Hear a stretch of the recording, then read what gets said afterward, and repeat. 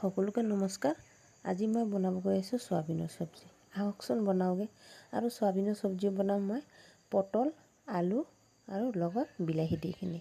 আৰু গৰমত এনেকুৱা হালকা পাতলা চব্জি খাবলৈ ভালে লাগে আৰু টেষ্টিও লাগে, আৰু গৰমত নিৰামিষ খাবলৈ ভালে লাগে।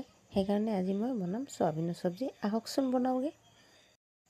চয়াবিনৰ চব্জি বনাবলৈ প্ৰথমতে মই কেৰাহী বহাই দিলোঁ গেছত, আৰু কেৰাহীত দি দিলোঁ তেল। চয়াবিনখিনি ভাজি ল'ম। আৰু চয়াবিনখিনি মই তিয়াই ৰাখিছিলোঁ গৰম পানীত 10 মিনিটমান। 10 মিনিট পিছত মই ভাল পানীৰে, চফা পানীৰে 3-4বাৰমান ধুই লৈছোঁ ধুনীয়াকৈ। আৰু মই তাৰপিছত মই দি দিলোঁ চয়াবিন কেৰাহীত দি কিনি এতিয়া মই ভাজি ল'ম। ষ্টিমটো মই মিডিয়ামত ৰাখি কিনি ভাজিম। আৰু দি দিম লগত নিমখ আৰু হালধি নিমখ দি কিনি চয়াবিনখিনি মই ভালকৈ ভাজি ল'ম। আৰু চয়াবিন অলপ তেল বেছি দিব লাগে ভাজা সময়ত, নহ'লে বাৰে বাৰে তেল দিলে আকৌ কেঁচা গোন্ধায়। সেইকাৰণে একেবাৰে তেল দিব লাগে, যিমান লাগে মানে অলপ বেছিকৈ দিব লাগে, নহ'লে অলপ পিছে পিছে শুকাই যায় আৰু চয়াবিনখিনি ভাজিব গ'লে জ্বলি যাব সম্ভাৱনা থাকে। সেইকাৰণে অলপ তেলখিনি অলপ সৰহকৈ দি কিনি ভাজিব লাগে। আৰু এয়া মই ভাজি আছোঁ। চাইছেনে বাৰু, মোৰ চয়াবিনখিনি এনেকুৱাকৈ ভাজি হৈ গ'ল। এনেকুৱা পৰ্যায়ত গুচি গ'ল আৰু চয়াবিনখিনি এনেকুৱাকৈ ভাজি ল'লোঁ আৰু নমাব হৈয়ে গ'ল। অলপ পিছত নমাই ল'ম। আৰু এয়া চাওক চয়াবিন, আৰু মই তেল একেবাৰে অলপমান সৰহকৈ দি দিছিলোঁ, সেইকাৰণে মানে তলত লাগি ধৰা নাই, ধুনীয়াকৈ হৈ আছে। এয়া চাওক চয়াবিন ভাজি হৈ গ'ল আৰু নমাব হৈ গ'ল। আৰু মই এনেকুৱাকৈ ভাজি লৈছোঁ। চাওক একেবাৰে ৰঙাকৈ ভাজি লৈছোঁ। অলপ কেঁচা কেঁচা থাকিলে চয়াবিন খাবলৈ টেষ্টি নহয়, মানে মোৰ হিচাপত নহয়, বেলেগে কেনেকৈ ভাজি নাজানো। আৰু মই অলপমান কাঢ়াকৈ ভাজি লওঁ, কাঢ়াকৈ মুৰমুৰীয়াকৈ ভাজি ল'লে আৰু খাবলৈ ভাল লাগে। আৰু সেইকাৰণে মই অলপমান ৰঙাকৈ ভাজি লওঁ। আৰু হালধি আৰু নিমখ দি দিলে আৰু কালাৰটো এনে ৰঙা আহি যায় আৰু ভাল লাগে খাবলৈ। আৰু এয়া মোৰ চয়াবিনখিনি ভাজা হৈ গ'ল আৰু নমাই আছোঁ। আৰু গোটেইখিনি চয়াবিন মই নমাই ল'ম। নমাই মেলি তাৰপিছত মই কেৰাহীত অলপমান তেল দি দিম।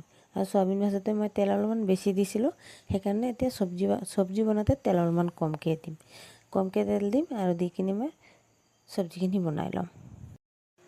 মোৰ চয়াবিনখিনি ভাজা হৈ গ'ল। নমাই কিনি কেৰাহীত তেল দি দিছোঁ।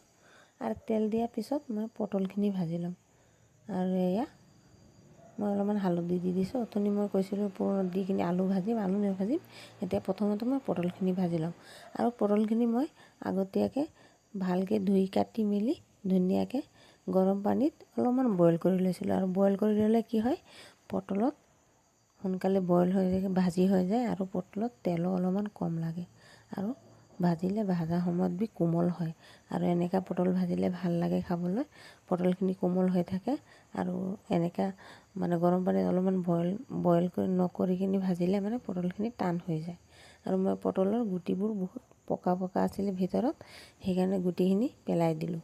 পেলাই কিনি অকল পটলখিনি লৈ লৈছোঁ আৰু এনেকুৱাকৈ মই ভাজি আছোঁ। আৰু ইয়াত মই পটলখিনি কেৰাহীত দি দিলোঁ। তাৰপিছত দি দিলোঁ অলপমান নিমখ। আৰু মই নিমখৰ লগতে বইল কৰিছিলোঁ, হ'লেও নিমখ অলপমান দি দিলোঁ। আৰু দি কিনি আৰু অলপমান ধুনীয়াকৈ লৰাই ল'ম। আৰু হালধি অলপমান দি দিম। আৰু হালধি আৰু নিমখ দি কিনি পটলখিনি মই মিডিয়াম ষ্টিমত ধুনীয়াকৈ মই ভাজি ল'ম। আৰু চব্জিখিনি যি নিৰামিষ হ'লেও হওক, মাছৰ হ'লেও চব্জিখিনি আগতীয়াকৈ ভাজি ল'লে আৰু চব্জিৰ টেষ্টে বেলেগ হয় খাবলৈ, মানে সোৱাদটোৱে বেলেগ হয়, খাবলৈ ভাল লাগে। আৰু এনেকুৱাকৈ মই পটলখিনি অলপমান ভাজি ল'ম। ভাজি মেলি নমাই ল'ম। আৰু এনেকুৱা প্ৰচেছত মই পটলখিনি ভাজি আছোঁ আৰু ভাজি ল'মচোন। এয়া চাওক পটলখিনি মোৰ ভাজি হৈ গ'ল। ইমান সোনকালে কিয় ভাজি হৈ গ'ল জানেনে বাৰু আপোনালোকে? মই পটলখিনি আগতীয়াকৈ বইল কৰি থৈ দিছিলোঁ যে, সেইকাৰণে ভাজোঁতে ইমান টাইম লগা নাই আৰু সোনকালে ভাজি হৈ গ'ল। এয়া চাওক নমাব। এতিয়া মই পটলখিনি আৰু নমাই ল'ম। নমাব হৈ গ'ল। আৰু চাইছেনে বাৰু, পটল ভাজি কিনি আৰু বইল কৰি কিনি ভাজিছিলোঁ, সেইটোৱে এটা লাভ। বইল কৰি ভাজিলে কি হয়, পটলে তেল ইমান টানিব নোৱাৰে। কিয় জানেনে বাৰু? পটলখিনি আগতীয়াকৈ বইল কৰা হয় যে, সেইকাৰণে ইমানে তেল টানিব নোৱাৰে, সেইকাৰণে কম তেলতে ভাজি হৈ যায়। আৰু এয়া চাওক মই পটলখিনি নমাই লৈছোঁ। আৰু সেইখিনি তেলতে মই আলুও ভাজি ল'ম। আৰু পটল খাবলৈও ভাল লাগে এনেকুৱাকৈ বইল কৰি ল'লে আগতীয়াকৈ। আৰু এয়া নমাই ল'লোঁ গোটেইখিনি পটলখিনি। আৰু এতিয়া মই দি দিম জিৰা দি কিনি একেবাৰে চব্জিটোৱে বহাই দিম আৰু আলু ভাজি কিনি। আৰু পটলখিনি আগতীয়াকৈ ভাজি ল'লোঁ। আৰু এয়া পুৰণত মই জিৰা দি দিলোঁ। আৰু এইটো তেলতে মোৰ চব্জি বনোৱা হৈ যাব। আৰু অলপমান হালধি দি দিলোঁ। দি কিনি মই আলু কাটি ধুই ধুনীয়াকৈ ধুই মেলি ৰাখি দিছিলোঁ। এয়া আলুখিনি মই ভাজি ল'ম। আৰু পটল আগতে ভাজি লৈছোঁ। পটল অলপমান বেছিকৈ দিছোঁ, আলু কম দিম। আৰু আলু খোৱাটো ইমান ভাল নহয়, আৰু আমাৰ ঘৰত আলু খাব ইমানো মানে ভাল নাপায়, ইমান আলু খাবলৈ নিবিচাৰে মানে, সেইকাৰণে মই আলু কমাই দিছোঁ। আৰু এই আলু দি কিনি মই নিমখ দি দিলোঁ। কথা পাতোঁতে ইপিনে মই নিমখ দি দিলোঁ। নিমখ দি কিনি আলু আৰু অলপমান ধুনীয়াকৈ মই লৰাই দিছোঁ। আৰু এয়া আলুখিনি ভাজি ল'ম। ইপিনে মই কথা পাতোঁতে মই দি দিলোঁ অলপমান হালধি। আগতে নিমখ দি দিছিলোঁ আলু ভাজা সময়ত, এতিয়া মই হালধি দি দিওঁ। হালধি দি কিনি আৰু অলপমান ধুনীয়াকৈ মই লৰাই লৈছোঁ। আৰু লৰাই মেলি তাৰপিছত আজি কম মছলাত বনাম, সেইকাৰণে মছলা দি দিম এতিয়া। আৰু আলুখিনি মোৰ ভাজা হৈ গ'ল অলপমানকৈ, সেইকাৰণে এতিয়া মই দি দিম মছলা দি দিলোঁ মই জিৰা আৰু জলকীয়া পিচি ৰাখিছিলোঁ, সেইখিনিয়ে দি দিলোঁ। আৰু আজি মই গ্ৰাইণ্ডাৰতে মছলা পিচি লৈছোঁ। আজি মানে অলপমান জল্দি লাগিছে, নহ'লে মই পটাতে মছলা পিছোঁ। আৰু এয়া মই দি দিলোঁ। আৰু তাৰপিছত দি দিলোঁ কাটি ৰাখিছিলোঁ বিলাহীখিনি দি দিলোঁ। আৰু লগতে এটা জিকা দি দিলোঁ। কিয়নো বাৰু জানেনে বাৰু আপোনালোকে, মই কৈ আছোঁ। মোৰ শাহুকে কয় যে বোলে এটা ল'ৰাৰ মাকে 3 বিধৰ চব্জি খাব নালাগে বোলে, সেইকাৰণে আকৌ 4 বিধ বনাই দিওঁ। মই সদায় এইটো কথাটো স্মৰণ ৰাখোঁ, সেইকাৰণে মই 4 বিধৰ বনাই দিওঁ। ইপিনে কথা পাতোঁতে হালধি আৰু নিমখ দি দিলোঁ। কাহিনীটো এতিয়া কৈ আছোঁ। তাৰপিছত সদায় মই 3 বিধৰ চব্জি হ'লে লগতে একটা পাত হ'লেও 4 বিধ বনাই দিওঁ। আপোনালোকে জানে না নাজানে নাজানো, মোৰ শাহুকে সদায় কয় 3 বিধৰ চব্জি কেতিয়াও নাখাবা, এটা ল'ৰাৰ মাকে খাব নালাগে বুলি সদায় কয়। আৰু সেই কথাটো মই শাহু মা এতিয়া নাই বৰ্তমান মোৰ, হ'লেও মানে মই এইটো কথাটো সদায় স্মৰণ ৰাখোঁ। সেইকাৰণে মই 3 বিধৰ চব্জি কেতিয়াও নাখাওঁ, এটা পাত হ'লেও দি কিনি 4 বিধৰ বনাই লওঁ। ইপিনে কথা পাতোঁতে মই অলপমান পানী দি কিনি ধুনীয়াকৈ ঢাকনি এটা সাহায্যত ঢাকি দিছিলোঁ। আৰু এয়া ঢাকনি খুলিছে, চাইছেনে বাৰু? আৰু এইটো নিয়মটো আপোনালোকৰ মাজত আছেনে নাই নাজানো। মোৰ শাহু মায়ে এইটো কথাটো কৈ গৈছিলে, সেইকাৰণে মই সদায় এইটো কথাটো স্মৰণ ৰাখোঁ। আৰু এনেকুৱাকৈ মই সদায় এনেকুৱাকৈ খাওঁ।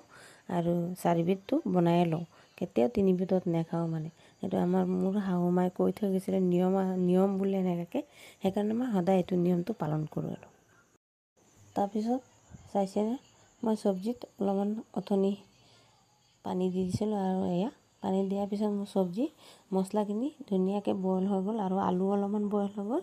তাৰপিছত বিলাহীও গলি গ'ল। তাৰপিছত মই ভাজি ৰাখিছিলোঁ পটল আৰু চয়াবিন আৰু পটলখিনি একেলগে দি দিলোঁ কেৰাহীত, দি কিনি মছলাৰ লগত ধুনীয়াকৈ মই মিহলাই দিম মানে। আৰু পটল আৰু চয়াবিনৰ ভিতৰত ধুনীয়াকৈ মছলা সোমাই যাব, আৰু তেতিয়াহ'লে খাবলৈ ভাল লাগিব। সেইকাৰণে এনেকুৱাকৈ দি দিলোঁ। এনেকুৱাকৈ দি কিনি ধুনীয়াকৈ মই লৰাই দিছোঁ। আৰু মছলা আলুৰ পৰা যেতিয়া তেল ওলাই আহিছে, সেই সময়তে মই পটল আৰু চয়াবিনখিনি দি দিছিলোঁ। চব্জি অথনি ঢাকনিৰ সাহায্যত ঢাকি দিছিলোঁ ধুনীয়াকৈ। আৰু ঢাকি দিলে চব্জি সোনকালে পকে, সেইকাৰণে, আৰু গেছো কম লাগে। আৰু এনেকুৱাকৈ মই ঢাকি দিছিলোঁ 2-3বাৰকৈ। আৰু এতিয়া চাইছেনে বাৰু, মোৰ চব্জিৰ পৰা পানী শুকাই মেলি তেল ওলাই আহিছে, আৰু চব্জিখিনি বইল হৈ গ'ল ধুনীয়াকৈ, আৰু পকি গ'ল। আৰু এতিয়া মই গৰম পানীৰে জোল দি দিম। আৰু এয়া মই গৰম পানীৰে জোল দি দিম। অলপমান পানী দি লৈছোঁ, লাগি ধৰিছে তলত। আৰু অলপ পিছত মই গৰম পানী ইপিনে বহাই দিছোঁ, অলপ পিছত গৰম পানীৰে জোল দি দিম। এতিয়া বৰ্তমান অলপমান পানী দি দিছোঁ, তলত লাগি ধৰিছে কাৰণে এতিয়া অলপমান ঢাকি দিছিলোঁ। অলপমান পানী দিছিলোঁ অথনি, দি কিনি অলপমান লৰাই মেলি তাৰপিছত ঢাকনি এটা সাহায্যত ঢাকি দিছিলোঁ। চাইছে, মোৰ অথনি পানী দিয়াখিনি পূৰা শুকাই আহিলে, আৰু এনেকুৱাকৈ হৈ গ'ল চব্জিখিনি। আলুখিনি অলপমান বইল হোৱা কম হৈছিলে, আৰু আলুখিনিও ধুনীয়াকৈ বইল হৈ গ'ল। আৰু এতিয়া মই ইপিনে গৰম পানী বহাই দিছিলোঁ, আৰু গৰম পানীৰে মই জোল দি দিম। অথনি মানে গৰম পানী নাছিলে, সেইকাৰণে তলত অলপমান লাগি ধৰিছিলে, সেইকাৰণে ঠাণ্ডা পানীৰ পৰা অলপমান দি দিছিলোঁ জোল। আৰু সেইখিনি ধুনীয়াকৈ শুকাই গ'ল। আৰু এতিয়া মই গৰম পানীৰে জোল দি দিম। আৰু অলপমান ধুনীয়াকৈ মই লৰাই লৈছোঁ, আৰু জোল দি দিম। জোল ইমান গাঢ়াকৈ নিদিওঁ, অলপমান ঘনকৈ বনাম। আৰু মছলা কম দিছোঁ, আৰু চব্জি অলপমান বেছিকৈ দিছোঁ। আজি চব্জি পটল, জিকা আৰু বিলাহী এইবোৰ বেছিকৈ দি কিনি অলপমান নৰ্মেলকৈ আজি বনাইছোঁ, ইমান গাঢ়াকৈ মছলা দিয়া নাই। আৰু এনেকুৱাকৈ গৰমত এনেকুৱাকৈ খাবলৈ ভাল লাগে, ভাতৰ লগতে হওক, ৰুটিৰ লগতে হওক। চব্জিটো খাবলৈ এনেকৈ নিৰামিষ চব্জি বহুত ভাল লাগে। আৰু মোৰ চব্জিৰ কালাৰ এনেকুৱাকৈ আহিছে, চাইছেনে বাৰু আপোনালোকে? এনেকুৱাকৈ আহিছে, চাইছেনে বাৰু? মোৰ চব্জি হৈ গ'ল, আৰু নমাব হ'ল। আৰু গৰম মছলা দি কিনি এতিয়া মই নমাই ল'ম চব্জিখিনি। আৰু এনেকুৱাকৈ চব্জিখিনি কালাৰ আহিছে আৰু চব্জিটো খাবলৈ বহুত টেষ্টি হৈছিলে গৰমত আৰু বহুত টেষ্টিকৈ। আৰু ভিডিঅ'টো চাবলৈ সকলোলৈ অনুৰোধ থাকিলে ভিডিঅ'টো ভাল লাগিলে লাইক কৰিব, শ্বেয়াৰ কৰিব আৰু আপোনালোকে কমেণ্ট কৰি জনাব আপোনালোকে কোনে কোনে চয়াবিনৰ লগত পটলৰ লগত এনেকুৱা চব্জি খাই ভাল পায়। আৰু মই বহুত ভাল পাওঁ আৰু গৰমত এনেকৈ খাবলৈ বহুত টেষ্টি হয়। আৰু আজিৰ ভিডিঅ'টো ইয়াতে শেষ কৰিলোঁ। Bye bye.